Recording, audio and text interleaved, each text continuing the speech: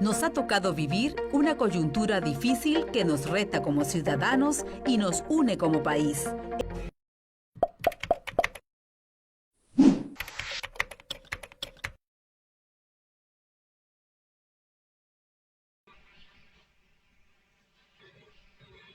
Okay. Muy buenas tardes, tengan todos ustedes, tardes, noches ya. Petróleos del Perú les da la más cordial bienvenida a este inicio de presentación de las últimas ediciones del sello editorial COPE. Soy Carlos del Águila, estoy a cargo del área de gestión cultural y vamos a tener un ciclo de conversaciones que hoy día comienza con los ganadores de los premios COPE de poesía del año 2019. Esto es un evento muy esperado. Generalmente en Petroperú utilizamos la plataforma de la Feria Internacional del Libro de manera presencial para presentar a los ganadores de COPE de los años anteriores. La situación actual, la crisis de salud que estamos viviendo nos obliga a incursionar en estas nuevas plataformas. Ya estamos en la segunda presentación de los productos que el sello editorial COPE viene desarrollando. El mes de julio tiene 3 presentaciones y vamos a estar comentando al respecto. Primeramente, quiero darle la palabra al presidente del directorio de Petróleos de Perú, el doctor Eduardo Guevara. Perfecto, Carlos. Muchas gracias. Buenas noches a todos. Señor Johnny Barbieri, Premio COPE Oro de Poesía 2019. Señor James Quiroz, Premio COPE Plata de Poesía 2019.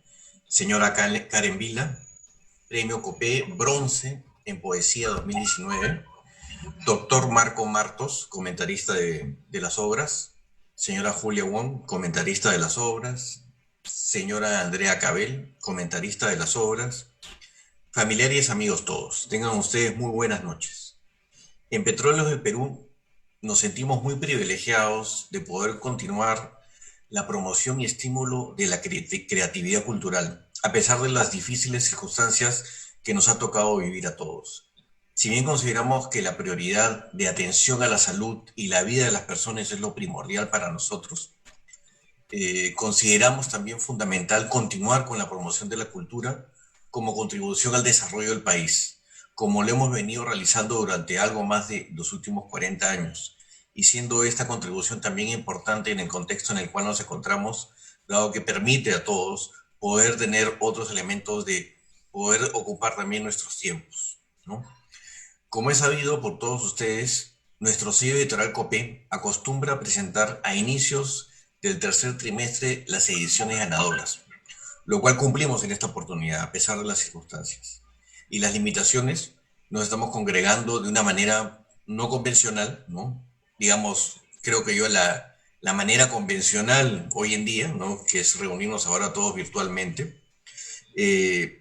y tampoco no podemos en esta ocasión contar en este momento con la versión impresa de las obras, cuyo compromiso mantenemos vigente para poder realizarlo cuando sea posible.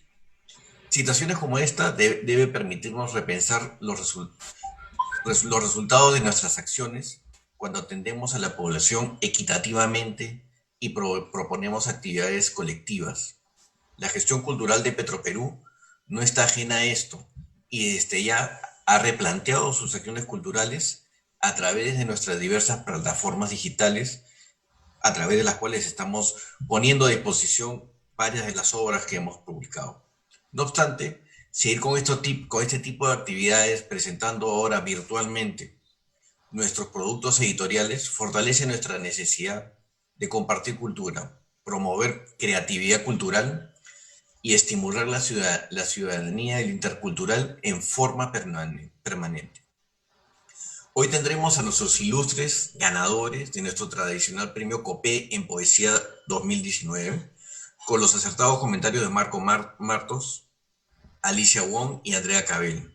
Desde ya reiteramos nuestro compromiso con la cultura de nuestro país, porque somos unos eternos convencidos que la acción cultural es la clave para el fortalecimiento de nuestras identidades y orgullos como peruanos y como hermanos de un fabuloso país multidiverso y multicultural. Agradecemos a los premiados y los comentaristas por esta hermosa tarde, si bien a la distancia, dadas las circunstancias, pero completamente comprometidos e involucrados con la creatividad literaria de nuestro país. Muchísimas gracias. Muchas gracias, presidente. Seguidamente vamos a iniciar y vamos a continuar en esta actividad con los comentarios de los poemarios ganadores. En este caso, Expediente Vallejo, Premio COPE de Oro 2019. Los comentarios están a cargo del doctor Marco Martos, presidente de la Academia Peruana. Buenas noches con todos. Buenas noches, Eduardo Guevara, presidente del directorio de Petróleos de Perú, Carla Santa Cruz, gerente de comunicaciones, Carlos del Águila, responsable del área cultural, señores premiados, Johnny Barbieri, James Quiroz y Karen Villa, y también colegas que están comentando como Julia Wong y Andrea Cabel, amigos todos. No es un secreto para los peruanos la importancia que ha ido teniendo a lo largo de los años estos premios COPE de Petróleos del Perú. Probablemente se trata de la distinción más importante en el área literaria del país y que da a conocer siempre nuevos valores. Gente que está a la mitad, digamos, de su tarea. Muy rara vez gana un principiante, eso sí no ha ocurrido, que yo sepa, pero sí ganan personas que han sido conocidas en ciertos círculos de enorme calidad, pero que no habían sido conocidas casi siempre en todo el territorio nacional. Yo he sido jurado varias veces, especialmente en el área poesía, y recuerdo que esa llegada que tiene la promoción misma del concurso permite que escritores de los más apartados lugares del país, pero de enorme calidad, puedan concursar y puedan ganar. Quisiera recordar el nombre de Héctor Luque y Carlos Reyes, uno de Puno, profesor, digamos, de larga trayectoria, que era conocido en ciertos círculos, pero que ahora tiene una dimensión nacional, y Carlos Reyes, que es del departamento de Loreto y es un biólogo dedicado también a la poesía. Son dos ganadores que yo recuerdo con particular aprecio, porque también los he ido conociendo con el paso del tiempo. Y ahora me toca comentar el premio de Johnny Barbieri, que está aquí presente, el poemario ganador del COPE de Oro del 2019, titulado Expediente Vallejo. Es un libro sumamente interesante y que se atreve a incursionar en lo que ahora se ha dado en llamar poesía documental. En realidad no es que se haya inventado ahora, esta poesía ha existido desde siempre. Es decir, basándose en documentos, uno puede conocer una cultura, puede conocer a un individuo, a una persona. En este caso, hay otro asunto que va al costado y que es, digamos, la tradición literaria de un país. En este caso, Johnny Barbieri, digamos, se atreve con el principal poeta del Perú, que es César Vallejo. Y van apareciendo otros temas colaterales que voy a ir enlazando en los pocos minutos que me toca hablar del poemario. Se habla mucho, y es una posición teórica, por ejemplo, Harold Bloom, que la afirmación de muchos escritores se da a través de una especie de parricidio, ¿no? Recientemente había una polémica sobre si Vargas Llosa es parricida o no con Arguedas. Bueno, y se encienden los ánimos. Bueno, yo tengo la posición contraria. Yo creo que una tradición en un país se va sustentando por la afirmación de sus valores y la paulatina transformación del interés literario en temas, y se van asimilando y van quedando pues algunos nombres que son los proverbiales. Y entonces, si vemos la tradición peruana en general literaria, asoma a los comienzos el Inca Garcilaso y a su lado Guamampoma, pero asoma principalmente César Vallejo. O sea, César Vallejo es el ponente principal de la literatura del Perú. Considerando prosa y poesía, es el intelectual peruano que ha llegado más lejos, que tiene más repercusión, más allá de las modas literarias y más allá de los pareceres de personas solitarias en sus cuartos de estudio. Llega a todo el mundo.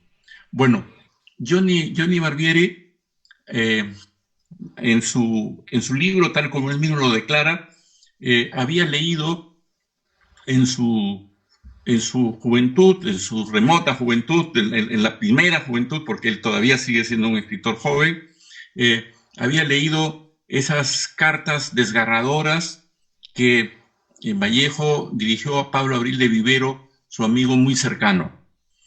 Son cartas a lo largo de varios años en los que Vallejo testimonia una condición del hombre, digamos, pobre, del hombre que está en una situación muy difícil y se atreve a decírselo a un amigo que en todos los casos, como bien sabemos los que hemos leído la biografía de Vallejo o las biografías de Vallejo, acudió a ayudar a este amigo que estaba en esa necesidad. Pero en simultáneo, Vallejo en esas cartas no está hablando solamente de sí mismo, está hablando de la condición de miseria de miles y miles de personas en todo el territorio del globo terráqueo, no solamente en el país, en el Perú. Y yo creo que esa es la permanente actualidad de esas cartas, pero sobre todo la permanente actualidad de esa capacidad que tiene Vallejo de ir muy hondo en la propia poesía y expresar la situación de estas personas, como en su famoso poema La Rueda del Hambriento. Bueno, entonces lo que hace Johnny Barbieri es dos cosas. Primero, asume la voz de Vallejo en una parte del poemario y habla como el mismo Vallejo hubiera hablado en poesía. Transforma parte de estas cartas en poesía. Y esto es de un valor incalculable y no todo el mundo puede hacerlo y no todo el mundo se atreve. Hay un caso bien interesante en algo parecido, pero muy remoto, de 1912, del poeta norteamericano Edgar Lee Masters, que va a un pequeño pueblo donde ve, digamos, un cementerio. En ese cementerio hay inscripciones, pequeños datos de quienes están enterrados en ese cementerio. Y entonces Lee Masters reconstruye la historia del pueblo a través de la palabra que él les da a cada uno de los muertos. Está el borracho del pueblo, está el talabertero, está el comerciante, está el pordiosero, está el abogado, está la bailarina, todos están ahí. Y los poemas, digamos, van tejiendo una red de tal manera que los personajes principales de un poema aparecen como secundarios por otros. Ese libro, que es muy hermoso, se llama Antología de Spoon River, antología del río de cucharas sería, ¿no? Traducido literalmente. Bueno, entonces lo que hace Johnny en la primera parte de su poemario es colocar epígrafes reales de las cartas que Vallejo dirige a Pablo Abril de Vivero, y con ese epígrafe va desarrollando un poema, digamos, con una con una suavidad notable. Es una cosa que viene, digamos, del expresionismo de George Strack, un gran poeta austriaco, decir las cosas más terribles con las palabras más suaves. Eso sería el resumen. Y eso es lo que hace Johnny Barbieri en la primera parte de su poemario, que yo celebro de forma muy entusiasta.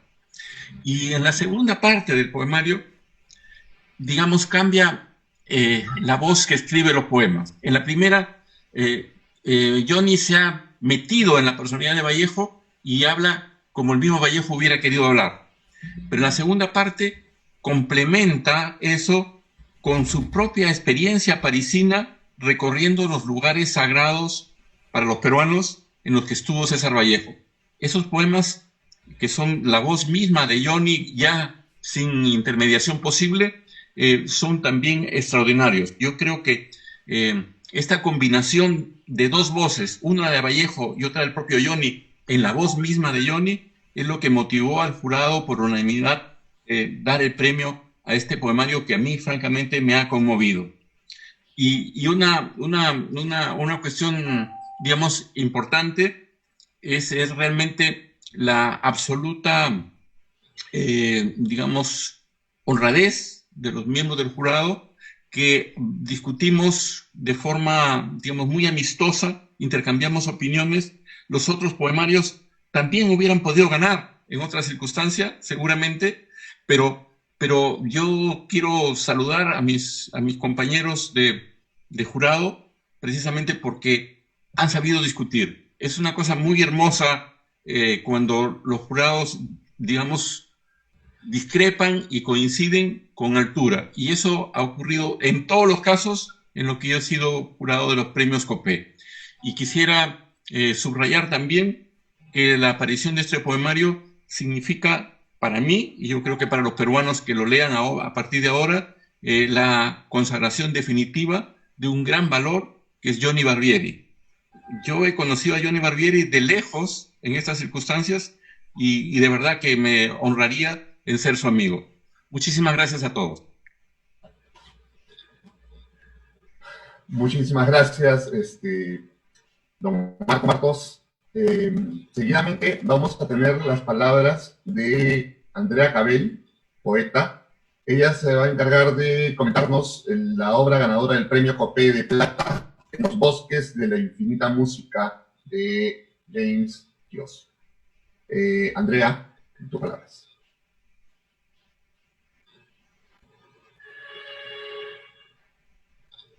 No se te escucha, creo que tienes que... Ya. A ver, ¿ahora me escuchan? Ahora sí, gracias. Ya. Ok, buenas noches, muchas gracias por la invitación, felicidades a Johnny, a James. Para mí es un honor y es un gusto poder compartir esta velada con ustedes. He preparado un breve texto porque leí el libro de James con mucho interés. Si me permiten, voy a leerlo. La poesía es, parafraseando a Anne Carson, parecido a algo que buscamos a tientas en la oscuridad. Algo que no vemos, pero que intuimos, que podemos sentir. Por esto puede resultar tan complejo escribir poesía o hablar de ella. De hecho, creo que en ambos casos, escribiéndola o pensándola, aceptamos una lucha por asirla y mirarla a los ojos. Pero la poesía escapa como el agua, de cualquier mano que intente estrecharla. Frente a esta dificultad, hablar de un poemario que se sitúa e imita a un tránsito, un devenir, implica el doble reto de pensarlo como una intuición a oscuras, pero también como un conjunto de paisajes que yuxtaponen una exterioridad material, lugares históricos, culturas, celebraciones, artistas con los que dialoga, junto con una vida interior llena de música. Por todo esto, me resulta particularmente grato presentar este libro. En los bosques de infinita música, atendemos a un conjunto de poemas organizados en 4 apartados. Cada uno de estos acápites parecen aludir a 4 direcciones hacia las cuales la mirada del yo poético hace una suerte de zoom o acercamiento. Pero este yo poético, es decir, este sujeto que protagoniza la escritura, está en constante movimiento. Pasea, camina, deambula de un modo particular y errático, asemejándose en su tránsito a la marea, que no cesa, sino que es constante y rebelde. Atender a su paso es entonces atender al diálogo entre espacios y experiencias, o dicho de otro modo, a la forma como ha elegido para poblar su memoria.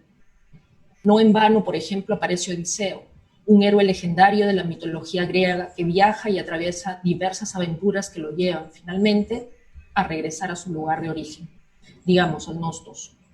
En este poemario, Odiseo no es solo el título de un poema y la voz que lo cuenta, sino que es también un símbolo que nos permite seguir el trazo de unos dedos sobre un mapa, sobre una ruta bifronte.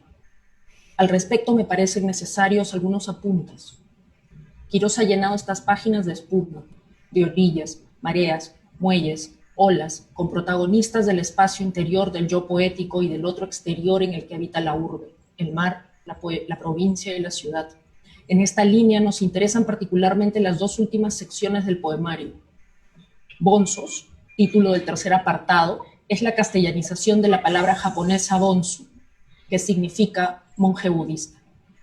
Este es un compendio dialógico o un homenaje en el que el yo poético conversa con poetas y músicos de diferentes tradiciones, estilos y épocas. Entre ellos encontramos a Javier Heró, Luis Hernández, César Vallejo, César Calvo, Jorge Eduardo Eyelson, Cesare Pavese, Giuseppe Ungaretti, el español Juan Ramón Jiménez y la argentina Alejandra Pizarnik.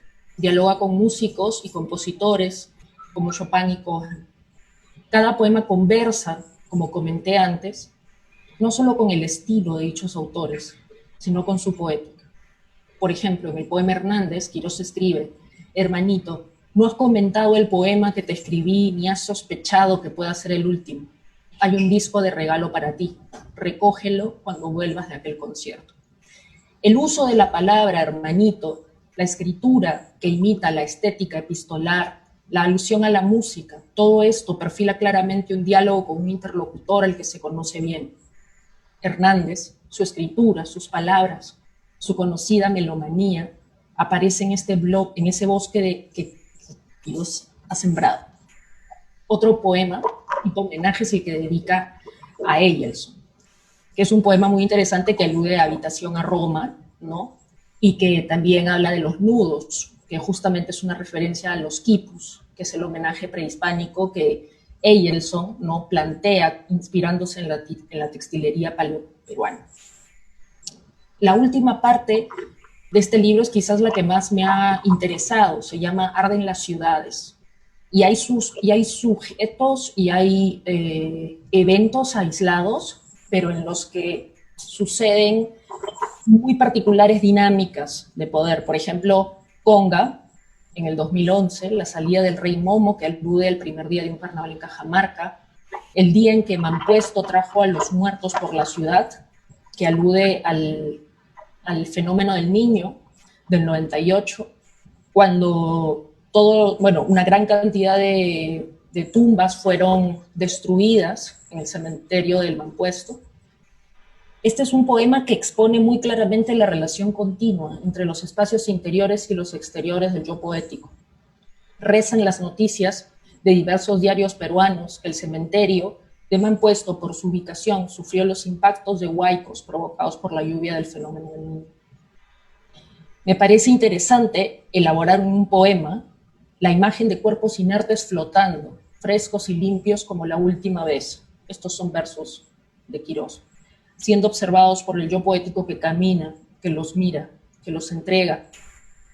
Este poemario nos aterriza en geografías e historias recreadas y yuxtapuestas por el yo poético, recogidas de la historia contemporánea de nuestro país, espacios que mezclan homenajes a artistas que se inmolan, lenguas de fuego que nombran aceleradamente, sin puntuación, brevísimas todas, estampas de una vida que transcurre en diferentes tiempos y espacios. Este es un libro que nos permite mirar algunos eventos importantes de nuestra historia nacional, así como un homenaje a poetas y músicos que comparten esa perspectiva bifronte que señala continuamente el poeta mientras camina, mientras nos permite atravesar las páginas, una a una, a través de su mirada. Muchas gracias. Muchas gracias, Andrea. Gracias por tus palabras. Finalmente, como comentaristas, vamos a contar con la poetisa Julia Wong, quien va a hacernos comentarios sobre el expediente Vallejo, Premio Copé de Oro, y también las primeras estaciones del Premio Copé de Bronce 2019. Julia, tus palabras. Buenas noches, señores de Petroperú, señor Eduardo Guevara, señora Carla Santa Cruz, señor Carlos del Águila y especialmente a Martos, mis grandes respetos, Andrea y a los tres ganadores, Johnny, Karen y James Quiroz. Reflexionar sobre la poesía es un ejercicio tan difícil como escribirla. Agradezco por invitarme a la presentación de este premio, al que se considera el premio más importante otorgado a un amante de las artes escritas en el país. Encontrarme al lado de una figura como Marcos, que ha sido mi profesor, y encargarme de acompañar a entregar dicho premio me desafía a seguir profundizando en el oficio de la ars fascinatoria, como la llama el poeta Bruno Pollack.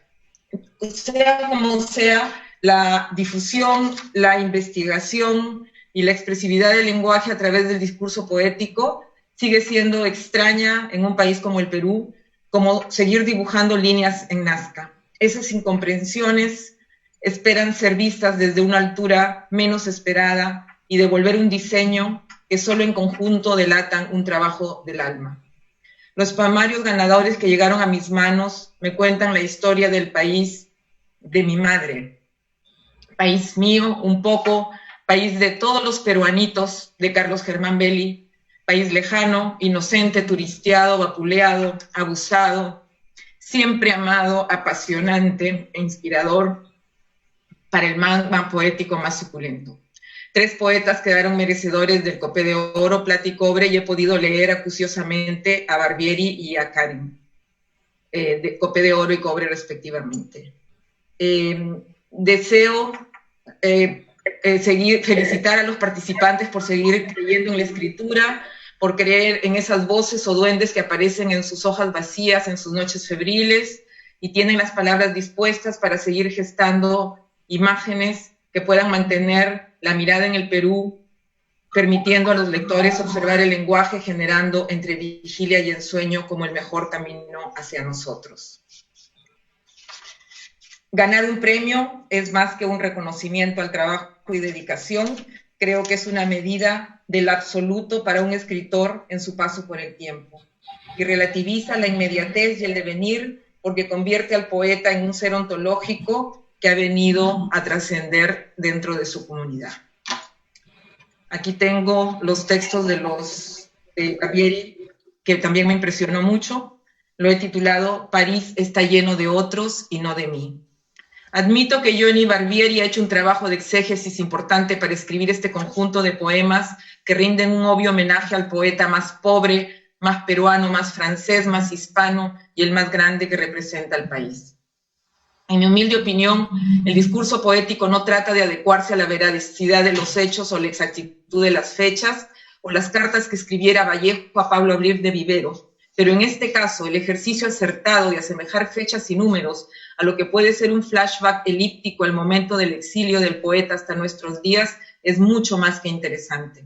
La memoria es también ética, dice Enrique Gallegos en su tratado sobre poesía y filosofía. En este expediente, César Vallejo vuelve a caminar por las calles, museos, puentes, cementerio de la capital francesa para reconocer su glamour, su majestuosidad y también las tremendas divergencias. Toda esta suerte de artilugios consiguen ser un recurso muy interesante.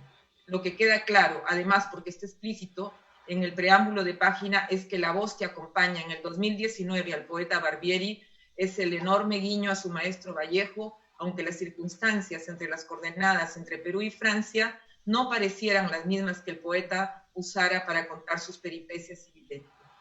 A medida que avanzamos en esta pequeña resurrección de Vallejo, vamos atestiguando los fundamentos del Perú actual y lamentablemente poco parece haber cambiado. La lejana provincia peruana sigue en el olvido, mientras en Francia, cuando hay un incendio, millones de dólares llueven, chorreando más que el agua del Sena para recuperar la arquitectura afectada. Cito de Barbieri: estoy sin espesor, enumerando oficios que no han sido creados para mí. Se trasluce en este conjunto de poemas la gran admiración del ganador por Vallejo y el tratar de sensibilizar al lector a través de los símbolos que traspasaron la inmanencia vallejiana en una ars poética más actualizada. Hay casi una sinergia simbiótica entre los poemas de Barbieri con la poética original. Asumo que la intencionalidad de incluir y reconsiderar un lenguaje que siga sosteniendo el enorme peso del Perú hacia la poesía universal. Además, conceptos vigentes como pobreza, hambre e injusticia vienen a actualizarse en un nuevo momento histórico y nos damos cuenta que los poetas van a seguir prefiriendo morir en París que en un Perú donde la piedra negra sigue rodando y la piedra blanca, aunque teñida, sigue siendo blanca y alejada de la construcción de un edificio común. Considero que Vallejo ilumina tarde o temprano, al principio, al medio y al final, en este duro oficio, a cualquier poeta peruano que lo convoque. En este caso, como dice Barbieri, no es un fantasma el que susurra versos con sintaxis y semántica parecida a la que usara el poeta, sino la misma transubstanciación de un cuerpo nuevo sobre el que usara el poeta sobre el mismo antiguo problema del Perú. Mejor irse del Perú a morirse de hambre que quedarse a vivir con hambre en el Perú. Me conmueve el trabajo de sonoridad que intenta asemejar la coloquialidad vallejiana que tanto ha calado en nuestra memoria poética. En Barbieri encuentro, al contrario de lo que Vallejo escribe, una mayor necesidad de renombrar la realidad y es menos intenso en la segunda parte, en el mundo surreal bajo fuego, llamas y sombras, que lograron la capacidad incendiaria del poeta Santiago Chuqueño. Por eso quedó como una afrenta histórica que se le quiso adjudicar el delito de prender fuego a unos almacenes cuando lo que él quería era incendiar el corazón humano. Nadie abandona a un admirador audaz como Barbieri, menos Vallejo. Debo recalcar que no se trata de equiparar o compararlos o pensar en Barbieri como un discípulo devoto que empuja por llegar a ser como el maestro, sino como alguien que ha dejado de creer en Dios y en la divinidad del padre humano y del padre literario, logrando deconstruir la matriz vallejiana hasta sacar el jugo que él necesita para escribir desde su status quo frente a la lírica francesa, declarando su admiración también por el país europeo. No hay deidad, dice Barbieri, aunque Vallejo nunca se soltó de la sombra de Dios. Entonces se me ocurre una ecuación nueva. Barbieri no se despega de la sombra de Vallejo porque solo quiere poetizar este plano y se encomienda bajo su tutela poética, logrando compensar en sus versos este desigual mundo que parece haber acercado tecnología, inteligencia y la belleza a todos. Y, sin embargo, nada más diferente que el río Esena y sus orillas a las orillas del río Pirú. En el poema 4 de la página 49, donde la emoción de la voz poética es, me parece, ha logrado el sumo de la dimensión auténtica en la poética barberiana, tiene una asimilación de límite ante lo grande. Considero que es un poema excelentemente logrado, el que tiene voz propia, con un habla que usa Johnny Barbieri entre la inmensa incomprensión de la vida, la demarcación ante la grandeza humana y universal de Vallejo. Definitivamente en este poemario, Vallejo acompaña a Barbieri, es un viaje y recorrido que ambos hacen al reconocer que París no es para todos y sin embargo el deseo de que lo sea casi va logrando un nuevo horizonte de posibilidades sobre esta constante negación. París sigue sembrando y cosechando su eternidad en cada poeta que se haya sentido herido por sus abriles y su luz. Y ahora paso al comentario de Karen. Johnny, gracias por escribir ese poemario. Un placer leerlo. Este es mi comentario al poemario de Karen. Karen, felicitaciones. Me ha gustado mucho también leer tus versos. Karen Valle, o Vale, entrega en las primeras estaciones y nos remite a un paisaje lleno de revelaciones desoladoras y descubrimientos. Desde su propia indignación ante una historia que muestra la crueldad de la repartija, como la poeta nombra en uno de sus versos, al enorme abismo que existe entre diferentes economías mundiales. En Karen Valle, la mirada binaria, también dialéctica entre lo que ella es, representando en el sujeto poético que califica, y la que ella no es, la arquitectura de la otredad, entran sin estrépitos, pero contundentes en una batalla campal.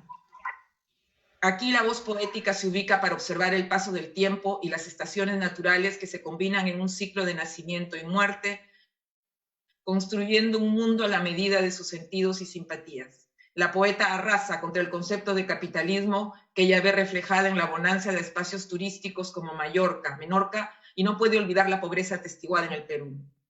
Un Perú que exige no quedarse atrás porque exhorta a ser comparado constantemente. Pero difícilmente tales asimetrías han sido posibles de nombrar desde un parámetro equitativo. En este intento han perecido muchos. El norte seguirá siendo norte a pesar del verano en el sur del mundo. El peso de la historia que Berlín contabiliza en su argamasa de preciosismos museológicos se ve reducida por la poeta a una estampa fotográfica que desfila cuando ella parpadea. Pero esa no es Karen, la que mira pasar, ni su voz se esconde en ese zeitgeist o en una poiesis o constructo que representa nuestra época. Pareciera asimilarse mejor a una fabricación de lo que el turismo propone en miles de imágenes, pero la gran diferencia es que el sujeto poético clava una daga en la música y el edificio europeo y lo transmuta en el sonido de un jardín que huele a infancia tierna. Se conmueve ante la naturaleza y ante la arquitectura lograda por la historia, también por las manos maestras que se regocijan creando arte. Pero este tira y afloja y esta tensión entre el Apu al que ella pertenece y el panorama urbano observado resuena y lo convoca en un nuevo discurso entre nostalgia de imágenes hacia el origen más que al origen mismo. El allá europeo se hace más cercano gracias a Eyelson, quien ha dejado de ser un poeta peruano para convertirse en un puente filial, simbólico y necesario entre la Europa que él supo digerir y asimilar con genuino atrevimiento de un peruano forjador de escuela estetizante para lectores posteriores.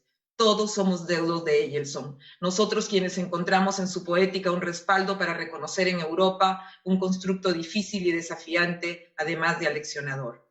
Precisamente ese ejercicio estético eyelsoniano, dentro de todas las nuevas modalidades globales, permite a la voz poética de las primeras estaciones crear este conjunto de versos para volver a la geografía europea, ya sea para tirarla sobre el piso e insultarla por fascista y sagrada o porque abre otra luz en el neurocórtex, permitiendo un inicio interesante en el proceso de creación al mezclar sonoridades y sílabas nuevas.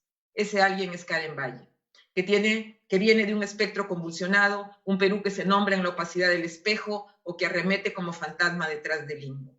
Interesante es la división del poemario, muy a las 4 estaciones europeas, donde cada estación, invierno, verano, otoño y primavera, muestran sus asombros particulares y su magia genuina desde la temperatura del cuerpo hasta los colores surreales que subvierten el paisaje original para permitir a la poeta dejar de buscar un vocero oficial que unifique su procedencia con el tótem al que pretende destruir en su inconsciente para hallarse renacida otra vez en una primavera personal. Las 4 estaciones peruanas de la poeta no saben ostentar las diferencias epistemológicas entre Berlín y las Baleares, pero sí quizás entre un pueblo cusqueño y un arenal. Encuentro en la configuración del poemario inspirado en casuales alegros y andantes vivaldinos para mantenernos a caballo sobre el periplo de la lectura, atravesando las diferencias entre el frío, el calor, la nieve, la hojarasca, permitiendo a la voz poética un paseo desde Kreuzberg hasta las costas de Barcelona para impregnarla de una tramontana que le permitirá, a pesar de que ella sienta la negación, entregarse en una nueva integración de cuerpo y espíritu entre su pasado latente de una voz peruana, recordando en cada paso que da el hogar del que ella proviene, para solo nombrar imágenes que no sabe aún cómo añadir a su imaginario y son una suerte de pizarra con postales y descripciones, pero que aún no logran asumirse dentro del todo de esta constelación de valores expresivos.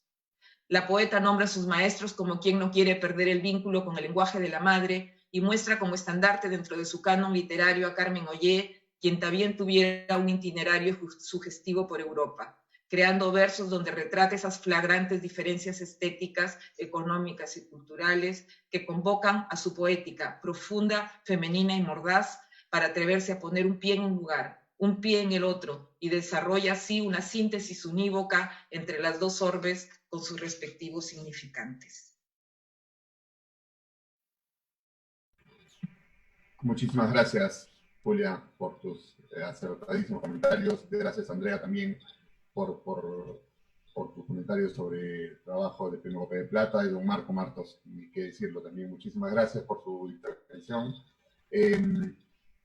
Queremos recordarles, antes de pasar a los ganadores, que las obras ya están desde el día de hoy en la mañana en la biblioteca virtual para poder ser consultadas y leídas en la biblioteca virtual de Petro Perú, de la página cultural de Petro Perú. Además, esta entrevista va a ser compartida y replicada en el canal de YouTube de Petro Perú, porque consideramos que es de suma importancia y de altísimo valor literario. Bueno, ahora vamos a tener a nuestros tres potentes poetas, ganadores de los premios COPES de oro, plata y bronce del año 2019, quienes van a declamarnos unos fragmentos de sus obras ganadoras. Comenzamos con Johnny Barbieri. Buenas noches. Bueno, quisiera primero agradecer a Petroperú por esta presentación, agradecer a Eduardo Guevara, a Carla Santa Cruz, a Carlos del Águila, a nuestros comentaristas, el doctor Marco Martos, Julia Wong, Andrea Cabel, muy en especialmente pues, a Marco Martos por esas gentiles palabras, igual que a Julia Wong. Bueno,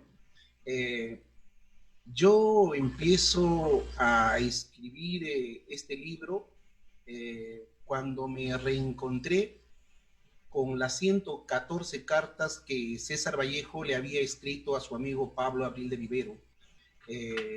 Confieso que nuevamente me interesé por la poesía de Vallejo. Es así que retomo sus libros y busco pues información sobre él, sobre su vida. Es aquí donde encuentro una carta, la carta que Gonzalo More le había escrito a su amigo Jesús Chávez Lazo o Chavico, contándole los instantes finales de la vida de Vallejo. La verdad, esta carta me tocó mucho y creo que es aquí el detonante que me convence para hacerle pues un tributo, un homenaje, ¿no? Yo creo que los poetas que hemos crecido leyendo a Vallejo tenemos una deuda con él. Y escribir este libro pues era una especie de pago, ¿no? De esa deuda. Bueno, y una especie de reconciliación después de tanto parricidio que incluso el doctor Marco Martos pues se estaba refiriendo, ¿no? Una especie de reconciliación con la poesía del más grande poeta pues que ha tenido el Perú. Bueno, yo voy a leerles 3 poemas. La verdad, espero les guste. El primer poema tiene una breve explicación que dice: vivía en el Hotel Richelieu con Henriette Meis. Al frente, una jovencita lo miraba desde su ventana. A ella le impresionaba su figura exótica que parecía irradiar una luminosidad que nunca antes había visto. El ser predestinado años más tarde llegaría a ser su esposo. Poema 4. Tal vez no alcance a ser pájaro, solo sea la ventana huida, aquella ventana con sus 2 ojos prófugos y esa luz tenua, misteriosa, aquella ventana inconclusa, hecha de indefensas miradas que solo existen para mí. Tal vez no alcance a ser las 1000 flores que crecen en el jardín, solo sea la mano nerviosa eternizada a un movimiento imperecedero sobre el papel. Afuera no hay límites, solo ruidos extraños que dejamos pasar. Tal vez no alcance a ser la hoguera en invierno, solo sea el paso que va sin destino, el abrir y cerrar de ojos cuando sienta alguna presencia en esa ventana que a ratos me hinca con su mirada, o solo sea la otredad que huye, la pesada mano que se aferra al filo de la vidriera que se rompe. El segundo poema tiene también la siguiente explicación. Fueron 2 hermanos. Vallejo los dividió en 3 grupos: los viejos, los mayores y los pequeños. En París, la vida dura le mostró que en los momentos más difíciles aparecía un nuevo hermano, un amigo, una señora, la patrona del hotel, su pareja, etc. Poema 7. Hay un hermano en mí, una hermana en el sanatorio de la Charité, ofreciéndome su mano.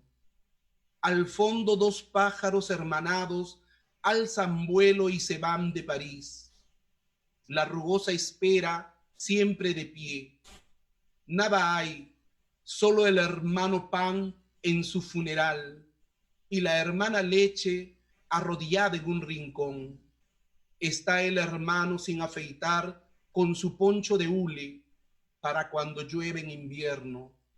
Está la hermana con 2 goterones de lágrimas a la puerta de la casa esperando a los hijos. El cartero con sus sandalias de cuero andando por calles erróneas. Hermana sandalias encanecida. Hay un hermano en ti, un hermano de trancos largos para irse, una hermana con su tosecita detrás de la puerta hablando para nadie, la hermana soledad que rehace sus espacios para no sentirnos tan solo. Hay un hermano a quien busco por años y no lo encuentro nunca. Bueno, y termino con este poema que pertenece a la tercera parte del libro. Titula Visitando el Père Lachaise. La muerte es de cal. Un arco de mármol abriga el pequeño espacio hacia donde llegaremos algún día. Recorro 100 vértebras de granito, lápidas que se agrupan conteniendo todas las muertes. Un árbol espectral crece hasta alcanzar la diestra del infierno. El camino es sinuoso. Las raíces van tejiendo sus cercos hasta devorar las tumbas. En medio de aquel nido de cal espera el silencio. Las gárgolas con sus ojos fríos nos miran desde todos los lados. Los pasos perdidos nos han llevado al centro del final, tumba a tumba, como si se movieran por instinto, cada enramada de muerte, cada roca enverdecida por la lluvia. Los pasos exactos se despliegan cómplices de aquel espacio que nos sostiene en vilo. El cementerio parece tomar vida. Yo lo veo en aquellos cuervos que nos miran como si nos conocieran. Un monolito de piedra en medio de un cuadrante de hierbas agonizantes. Un árbol ahorcado en su soledad. El Père Lachaise deletrea sus muertos. No hay premura. Solo existe la espera y la enmudecida contemplación de la muerte. Muchas gracias. Muchísimas gracias, Johnny. Seguidamente, James Quiroz, Premio Copé de Plata 2019. Muy buenas noches a todos, a los ejecutivos de Petroperú que permiten esta transmisión, al poeta Marco Martos, a los que han hecho los comentarios, a los poemarios, a Julia Wong, a Andrea Cabel, a Johnny, también un saludo para ti, a Karen, también un saludo para ti. Es un gusto verlos por esta vía. Bueno, voy a leer directamente 3 poemas del poemario. El primero de ellos se llama Deshielo. A los 9 años comprendí que iba a morir. Sentado entre los mayores, mis ojos despertaron dentro de los ojos ebrios de mi padre. Los oídos se me abrieron como impúdica flor. Madrugada, cuando descubrí que las bromas de mis tíos limeños cobraban otro sentido, otra connotación, un sentido imprevisto más allá de las palabras, una verdad con formas monstruosas a través del sonido, armas cargadas, misiles con objetivo ante los que mi padre se azoraba y sonreía, simplemente sonreía. Comprendí la vigencia de la máscara, el perjuicio de la indefensión. El segundo texto se titula Orilla. Tras la neblina se puede ver la orilla, el orden seguro de las cosas. Aquí chapoteamos y danzamos hasta donde veamos nuestros pies. Los veraneantes pasean serenos y se desviven por alcanzar una ola, sin advertir el secreto y los enormes costos de su ingenuidad. La oportunidad está en la orilla, esa puerta oxidada con sus goznes en la que escribimos a tientas la veracidad del vacío. Y finalmente el poema Teoría. ¿Pudiera ser que Dios esté hablándome desde esos árboles? ¿Pudiera ser el paraíso el pasto que aspiro desde mi ventana? Y si fuera así, ¿qué gesto correspondería? Derrocado mi orgullo, desviaría mi nave. Mi cuarto permanece con su luz muy grave. Con el tiempo uno se perturba ante las señales o el menor sigilo, aunque detrás de esas preguntas reine la certeza de otra noche inexpugnable. Muchas gracias a todos. Muchísimas gracias, James, por tus declamaciones. Finalmente, desde Barcelona, a altísimas horas de la noche, Karen Vila está con nosotros, Premio Copé de Bronce 2019. Karen. Buenas noches con todos. Primero me gustaría agradecerle a Petroperú por esta presentación y a sus representantes que están aquí, a Carla, a ti, Carlos, y también a Eduardo. Para mí es un honor que Marco Martos haya sido parte del jurado del premio del año pasado. Quiero agradecer también a Andrea Cabelli y sobre todo a Julia Wong por los comentarios del poemario. Realmente me he sentido muy identificada con todo lo que ha apuntado sobre los textos. Solo me gustaría decir que este poemario viene de la experiencia de la migración, viene de una experiencia de la migración del cuerpo y de conocer nuevos rincones, pero también las mismas crueldades en muchas partes. Voy a leerles 4 textos. Si me dan un segundo. El primero se llama Menorquín Eyelsoniano.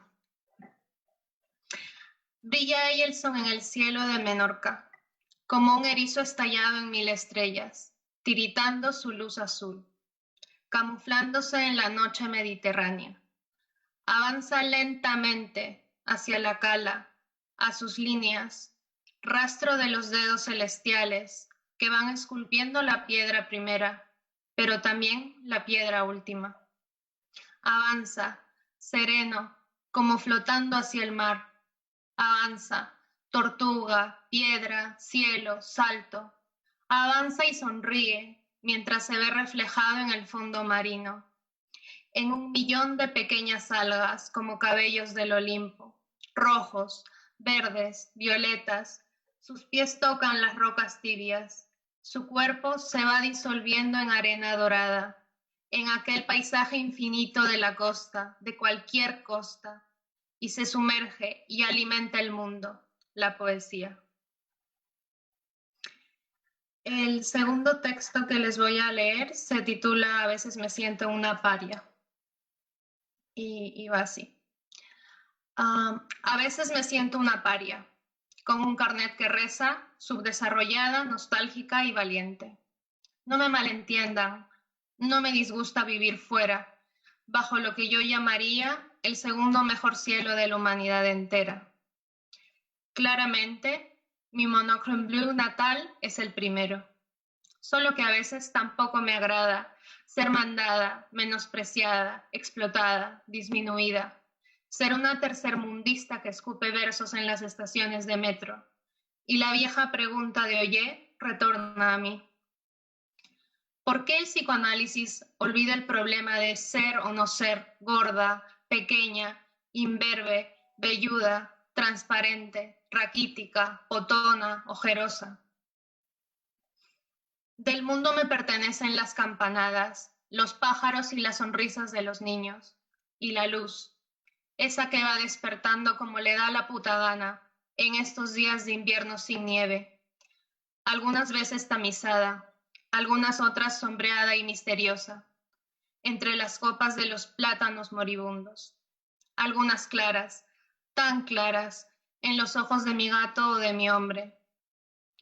Del mundo me pertenecen los ronroneos felinos en estaciones perdidas de ciudades o pueblos lejanos del este de Alemania, esa tarde de cedrón, con la cabeza sobre las faldas de mi abuela, en un rincón de Ayacucho. Ese correr travieso entre las cañas y las pequeñas ollas, las más sencillas y pobres que haya visto hasta ahora, que lo multiplicaban todo. Esas flores del patio de mi madre, que ahora son sus hijas sin ni siquiera poder caminar, pero que danzan por las noches de mi mano. Del mundo me pertenecen mis manos, acariciándote suavemente, brillando en las noches hibernales, mis labios, que han sido de arcilla y que han germinado otras formas de vida. Del mundo me pertenecen esos pasos por lugares desconocidos y esquinas del mundo, ese andar y regresar, ese deambular. Del mundo me pertenece todo eso. Por eso creo que ser paria a veces no es tan malo. Hay gente a quien nunca le pertenecerá tanto del mundo como a mí, y eso no sé si es peor. El tercer texto que les voy a leer se llama Mi jardín huele a infancia tierna. Y vas. Mi jardín huele a infancia tierna. Florecen los dulces olores de la ingenuidad, mientras un felino devorador de tréboles de la suerte se pasea por el lugar. Las hélices impulsan su vuelo y suben las pasifloras hasta el infinito cielo de Barcelona. Trepan sin descaro, mostrando las composiciones más sensuales a todos los pequeños seres que habitan estos 15 metros cuadrados de bosque urbano. Los girasoles salvajes giran en lo más alto de esta primavera mediterránea, como quien dirige el canto de las golondrinas, cuyas bandadas se reúnen al salir el sol y bailan y cantan sobre estas humildes flores. El cosmos estalla en lilas violentos como un cuadro impresionista de Monet, dibujando un paisaje campesino junto a las dalias amarillas que se abren, al unísono de las veces que te he dicho que te amo, en este pequeño refugio del mundo. Hay rosas silvestres, claro, llenas de espinas, de esas que al acercarse te pinchan el alma y te dicen que estás vivo. Rosas que saben a escape, a salvajes tardes besando tu sexo. Hay un olor a jazmín que impregna mi desnudez, como marcando un camino para acariciar las salamandras, esas pequeñas criaturas que viven entre las sombras de los rincones construidos con mi colección de piedras, construido con rocas. La sal, de Menorca, del Priorat, de tantos paisajes recorridos de tu mano, y de pronto pongo una pequeña y larga hoja de cedrón debajo de mi lengua y me fundo en una escena, las faldas de mi abuela, el sonido de sus manos haciendo bailar los palos de tejer, el olor a tierra mojada por la lluvia, una caricia en los cabellos, una niña tendida en la más sencilla felicidad. Y el último poema que les quiero leer se llama La luz del Valle Sagrado. La luz del Valle Sagrado recorre las venas de Joana, mientras suena bajito en su vientre una canción de Goetz y Gilberto. Oh, la hermosa primavera de las criaturas que se volverán terrenales, que caminarán dando esos pequeños pasos que jamás nos atrevimos a dar, que quizás salven al mundo de sí mismo. La maternidad como un gran árbol creciendo desde lo más profundo, mientras los cristales nos permiten ver todo tan claramente. Como en los días más felices de nuestras vidas, con los pies hundidos frente a un Mediterráneo invernal en Sicilia, observando un faro que nos iluminará siempre, que no nos dejará desamparados, estemos donde estemos.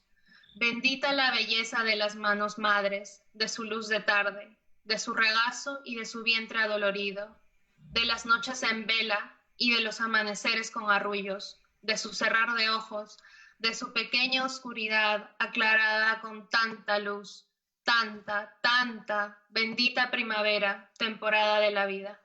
Gracias. Muchísimas gracias, Karen, por tus declamaciones. Gracias también a todos ustedes.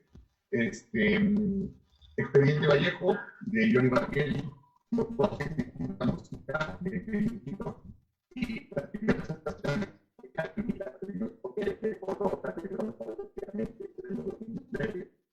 los fragmentos han escuchado esta noche, está disponible para consulta en la biblioteca virtual de la página cultural de Quechua. Están todos juntados para poder leer los poemarios ganadores. Y también queremos invitarlos el día jueves, 16 de julio, a las 7 de la noche, en esta información. La presentación de la obra de Monstruo Sagrado en el papel de Molina 2019 Antonina. Muchas gracias a los comentaristas, gracias Julio Wong, poetisa, gracias Andrea Cabel también, gracias maestro Marco Martos por su comentario. Muchas gracias por esta gran noche literaria que estamos disfrutando en el mes de julio, también por parte del aniversario de nuestra. Muchas gracias a todos.